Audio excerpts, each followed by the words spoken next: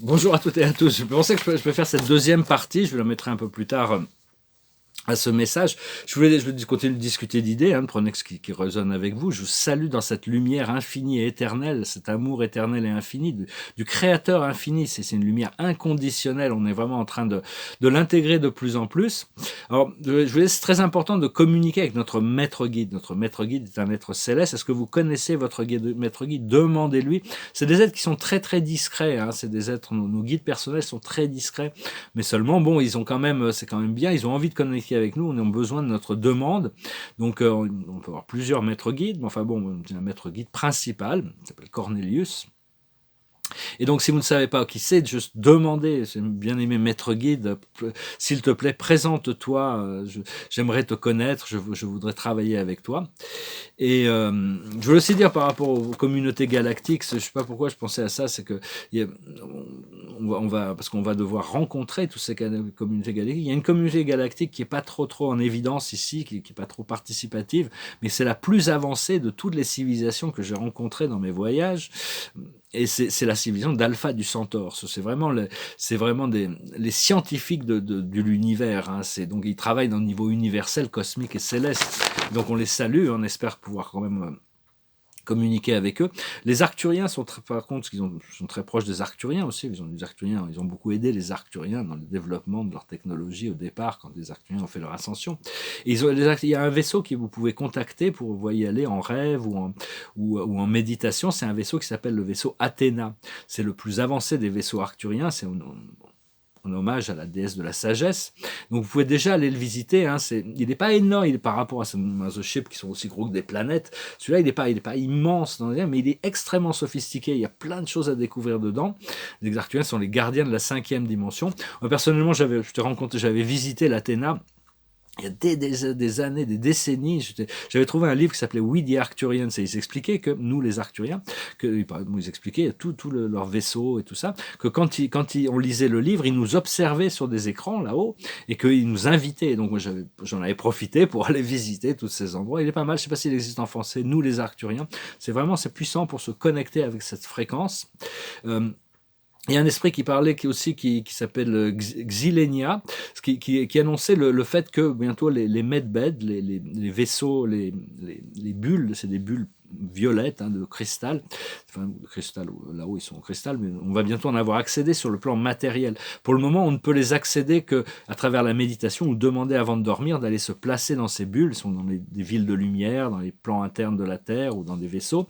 Et c'est vraiment une restauration optimum quand on arrive à passer à travers ça. On ne peut pas vraiment avoir la pleine intégration, parce que le jour où elles seront dans le monde physique, on pourra y aller. En l'espace de moins d'une heure, on aura éliminé on sera tous revenus jeunes, 30-35 ans. On n'aura plus de maladies, plus de prothèses, plus de mauvaises habitudes. Tous les karmas c'est une sorte de technologie divine qui permet de faire avancer la cristallisation cellulaire pour restaurer l'ADN tel qu'il était originalement. On en sortira transparent et plus grand. Il faudra changer notre garde-robe. Mais enfin bon, c'est quelque chose on peut déjà demander avant de s'endormir, d'aller visiter cet endroit. Et donc, parce que une vie après l'autre, de toutes les vies, on arrive toujours, on nous donne des incarnations, on a plusieurs incarnations, de nombreuses incarnations, et à chaque fois on nous donne des missions qui sont un peu plus avec un peu plus de responsabilité.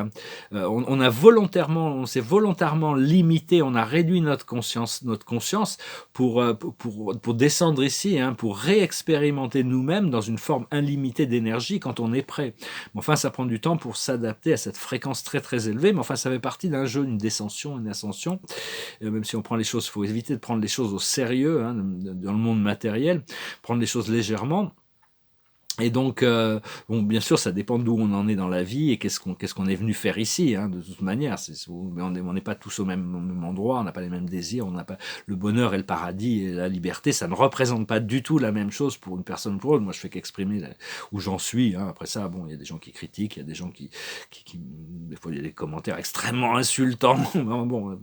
Des fois, alors j'essaie de répondre gentiment, et je me dis, oh, c'est pas la peine de répondre à de la haine, même par de la gentillesse. Alors j'enlève mon commentaire. Puis finalement, j'enlève même leur commentaire, parce que bon, c'est boomerang, hein, ça va leur revenir dessus. Pas besoin d'exposer cette haine au public. Donc, enfin bon, c'est pas très important de toute manière. Bah, c'était indifférent à tous ces haters. Bon, il n'y en a pas beaucoup ici, hein, mais bon, plus on s'expand à un public, au plus il y a des gens, ils sont vraiment, l'esprit me disait, il y a des forces sataniques qui sont derrière tout ça. Enfin bon, on évitera d'en parler. Et donc, parce que ce qu'on recherche, c'est créer cette connexion à cette énergie illimitée maintenant. Hein. Rappelez-la, elle a toujours été là. C'est juste respirer ce prana, hein, et s'ancrer dans le cœur et d'apprendre à grandir moment par moment, embrasser la vie tous les jours. Qu'est-ce que la vie quelles sont les aventures que la vie va nous apporter, et donc et créer un momentum, hein, un rythme. Et ce rythme, même si on est immobile, on peut créer ce rythme, ce flow. Le flow, il passe même si on est immobile. Et on a des flows qui sont un petit peu des choses habituelles, des mauvaises habitudes, des choses comme ça. Mais il y a tellement de flows qu'il faut les ralentir avant de pouvoir passer à autre chose. Hein. Et donc, il faut essayer de s'abandonner au procédé. Hein. Get with the program, un peu. Hein. C'est un programme qu'on a choisi. On doit bouger on doit se transformer de l'ego négatif à la conscience christique. Il y a des gens qui sont aussi dans leur ego, ils ont atteint un petit niveau de spiritualité et ils pensent qu'ils ont tout compris. C'est un ego spirituel. La vie, ça va continuer d'évoluer. La conscience christique, elle n'est pas limitée, même si elle est encore un peu limitée dans le temps et l'espace. Éventuellement, elle atteindra les niveaux transcendantaux et même jusqu'à l'absolu. Donc, enfin bon, on doit vraiment pour le moment essayer de maîtriser le vrai, le beau, le bien, le pouvoir du suprême, parce que tout le changement qu'on attend, il va venir quand le système monétaire et économique va se transformer, va changer. On doit abandonner cet argent fiduciaire pour revenir à un système qui est éthique, qui est transparent, qui est de l'argent qui est garanti par des valeurs. Et donc, enfin bon, parce que le changement qu'on attend, l'ascension, le changement qu'on attend, c'est un procédé et pas une date. Hein. On n'a pas de date. C'est maintenant que ça se passe. Ça se passait hier, ça se passera demain. Et il y en a de plus en plus. Donc c'est vraiment arriver à rentrer dans notre flow, dans notre programme personnel. Mais c'est ok de retourner en arrière vers des vieilles zones de confort, hein, sans culpabilité, même si on a l'impression qu'on va en arrière, c'est pas grave. Ça fait partie du procédé. On doit faire des petits changements et apprendre à penser avant d'agir. C'est Prométhée, parce qu'il y avait Épiméthée qui agit avant de penser, mais Prométhée venait toujours pour réparer les erreurs. On ne peut pas agir, il faut penser avant d'agir quand même, c'est quand même une bonne chose. Et on doit corriger toutes les fautes que l'on a pu faire. Hein. Toutes les fautes nous seront ramenées en notre conscience éventuellement. Hein. C'est la complétion du karma. On doit pouvoir faire face et comprendre toutes les leçons et se pardonner à soi-même toutes les erreurs. Tout notre passé, quand on est prêt, notre passé revient dans notre conscience. Hein. Même le passé éternel, le passé de notre âme. Enfin bon, on n'est pas trop. Enfin, moi personnellement, je suis pas trop sujet à des karmas de vie passée. Hein. On les équilibre entre les vies quand même. Mais enfin, on a tous fait des erreurs quand on était inconscient. On en fait encore. Parfois. Donc, enfin, on était programmé pour passer à travers ces leçons. Hein. Le passé, c'est l'apprentissage qui continue. Le présent, c'est la solution. Et le futur, c'est la confiance. Pas besoin de trop les interpréter. Hein. Je pense que vous pouvez... Ce que l'on apprend actuellement, sur lequel on travaille, c'est la guérison. Et ça va aboutir à l'équilibre. Donc ça, c'est clair, c'est assez simple. Hein. Je ne pense pas qu'il y a besoin d'explication. Parce que rentrer dans le champ unifié de la conscience, c'est une technologie très avancée. C'est une technologie spirituelle. Hein. C'est nous apprendre à communiquer avec notre moi supérieur. C'est d'être centré dans le cœur, hein, de savoir que nous sommes une conscience et pas un corps physique. Hein, que concentrer le pulse du cœur, ça vient de la 7e dimension, ça vient de notre âme. Et ce pulse du cœur, en connexion avec la respiration et la conscience de cette divinité intérieure, c'est de laisser aussi cette divinité intérieure nous assister depuis l'intérieur. On doit permettre à Dieu de faire le travail pour nous. Hein. Il attend qu'on nous donne la permission de faire les choses pour nous. Il sait faire les choses tellement mieux que nous. Et il a toutes les solutions. Donc voilà. Hein, Donc, on ne va pas parler des choses négatives, hein, éviter d'en parler. Ça demande une discipline, parce qu'on est tellement programmé à exposer nos problèmes, à exposer des critiques du monde, les critiques. Ils veulent faire tout d'ailleurs pour qu'on se batte les uns les autres, hein, toutes ces luttes d'opposition, toute cette dualité et tout ça. Il faut vraiment lâcher prise sur toute la matrice, lâcher prise de tous les messages qui sont polarisés. C'est nous contre eux, les gentils, les méchants, la lumière et l'obscurité. Non, on lâche prise de tout ça et on trouve la liberté avec ça. C'est l'autosatisfaction dans le présent, parce que on doit commencer par l'acceptation et après on trouve la satisfaction de cette acceptation quand on arrive à se lâcher prise. On va retirer quelques cartes pour faire un deuxième petit oracle. Je vous remercie d'aimer, de partager, de commenter, de souscrire. Je vous remercie pour vos dons. Si vous avez une session privée, vous pouvez m'envoyer un email. Et la plus haute sagesse, c'est le pouvoir supérieur. Comment travailler avec ces forces invisibles, comment travailler avec le Créateur. Parce que, bien sûr, tout est Dieu. C'est d'accord, on est tous d'accord, c'est facile hein, intellectuellement. Mais il y en a qui prétendent l'avoir complètement réalisé, qui sont tout puissants enfin bon, c'est d'arriver à vivre la vie de Dieu. Hein, mais il y a toujours cette idée d'âme jumelle. Dieu, c'est notre âme jumelle. Hein, cette relation, on peut pas nier l'existence des relations et de l'individualité. On peut pas. C'est vraiment une partie d'ignorance extrêmement importante de penser que il n'y a que Dieu et que les personnalités n'existent pas, que Dieu c'est pas comprendre le programme, c'est pas comprendre le programme de l'évolution. Et justement, ce qu'il faut comprendre, c'est respecter les règles, comprendre les règles. Ce qu'il faut faire, c'est heureux, comprendre que tout est parfait maintenant. Et l'aboutissant, c'est aller loin, on va aller très loin. On se prépare pour vraiment cette immense, il va y avoir énormément de satisfaction à retrouver cette connexion, hein, cette relation amoureuse avec notre source, notre créateur. Et donc, parce que on est vraiment en relation, hein, on vit dans le cœur de Dieu et Dieu vit dans notre cœur. Hein, c'est vraiment une sorte, il y a ces moments d'explosion, on a envie de les rendre permanents. Hein, et donc et grâce à ça, une fois qu'on est connecté, une fois qu'on est dans notre lumière, on peut toucher le cœur de tous ceux qui sont prêts à recevoir cette lumière et tous ceux qui peuvent l'accepter, hein, cette connexion à leur propre cœur, dans un sens, hein, parce que on doit abandonner cette force de l'anti-amour pour arriver à l'amour véritable. Hein, c'est d'arrêter de projeter nos pensées sur l'écran de la dualité. Et donc, et arrêter de recréer des choses irréelles, c'est pas évident, hein, parce que le jugement arriver à faire sans le jugement de l'ego, de l'ego mental. Et donc,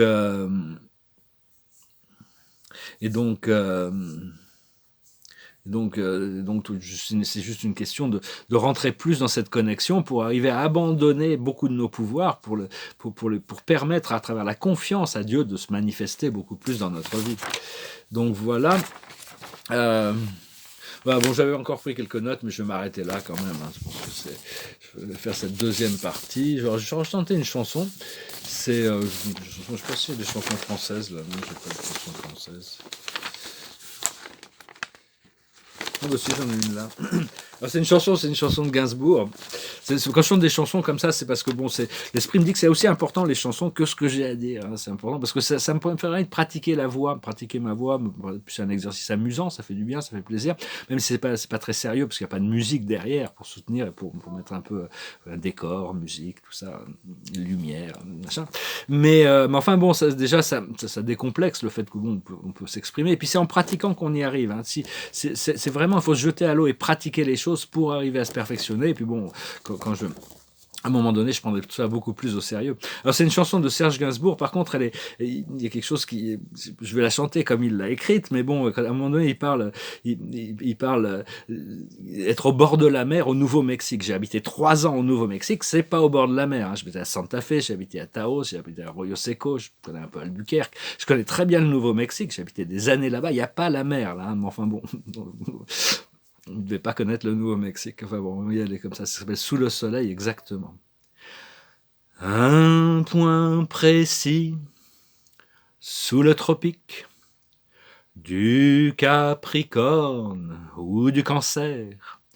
Depuis j'ai oublié lequel, sous le soleil exactement, pas à côté, pas n'importe où, sous le soleil, exactement, juste en dessous. Dans quel pays, dans quel district? C'était au bord de la mer. Depuis j'ai oublié lequel. Sous le soleil exactement. Pas à côté, pas n'importe où. Sous le soleil, exactement, juste en dessous. Était-ce le Nouveau-Mexique? Vers le Cap Horn, vers le Cap-Air? Était-ce sur un archipel? Sous le soleil exactement? Pas à côté, pas n'importe où. Sous le soleil, exactement, juste en dessous. C'est sûrement un rêve érotique que je me fais les yeux ouverts. Et pourtant si c'était réel, sous le soleil exactement, pas à côté, pas n'importe où, sous le soleil, exactement, juste en dessous. Sous le soleil, exactement sous le soleil. Et donc, et puis les rêves, c'est surprenant, enfin un rêve érotique, et si c'était réel. Scientifiquement, on a compris maintenant que le cerveau ne différencie pas entre l'imaginaire et le monde physique. Tout ce que l'on pense être réel, tout ce que l'on imagine est complètement réel pour nous. Hein, donc concentrez-vous vraiment sur ce qui est vraiment voulu pour le manifester le plus vite possible et lâchez prise de toutes ces limitations, parce qu'on croit que la réalité physique est la réalité, donc on s'y accroche et elle persiste, alors que si on arrive à vraiment ouvrir cette porte pour déjà être complètement dans la réalité du futur, comme disait Jonathan Le Goéland, si vous voulez voyager à la vitesse de la lumière, il faut se convaincre qu'on est déjà arrivé, et à partir de moment, tout change, hein, tout avance très très vite. La carte de la journée, c'est le chevalier de Michael, fort dévoué, intellectuel et appliqué. Il est temps de passer à la vitesse supérieure. La logique doit l'emporter sur l'émotion. Changement soudain. Donc on se prépare vraiment pour un changement soudain. Hein. Je le sens arriver. C'est vraiment, ça va être puissant, ça va être soudain, ça va être extraordinaire. Donc voilà, je vous salue, je vous laisse dans la lumière infinie et éternelle, l'amour du Créateur éternel et infini. Et je vous dis à bientôt. Adonai.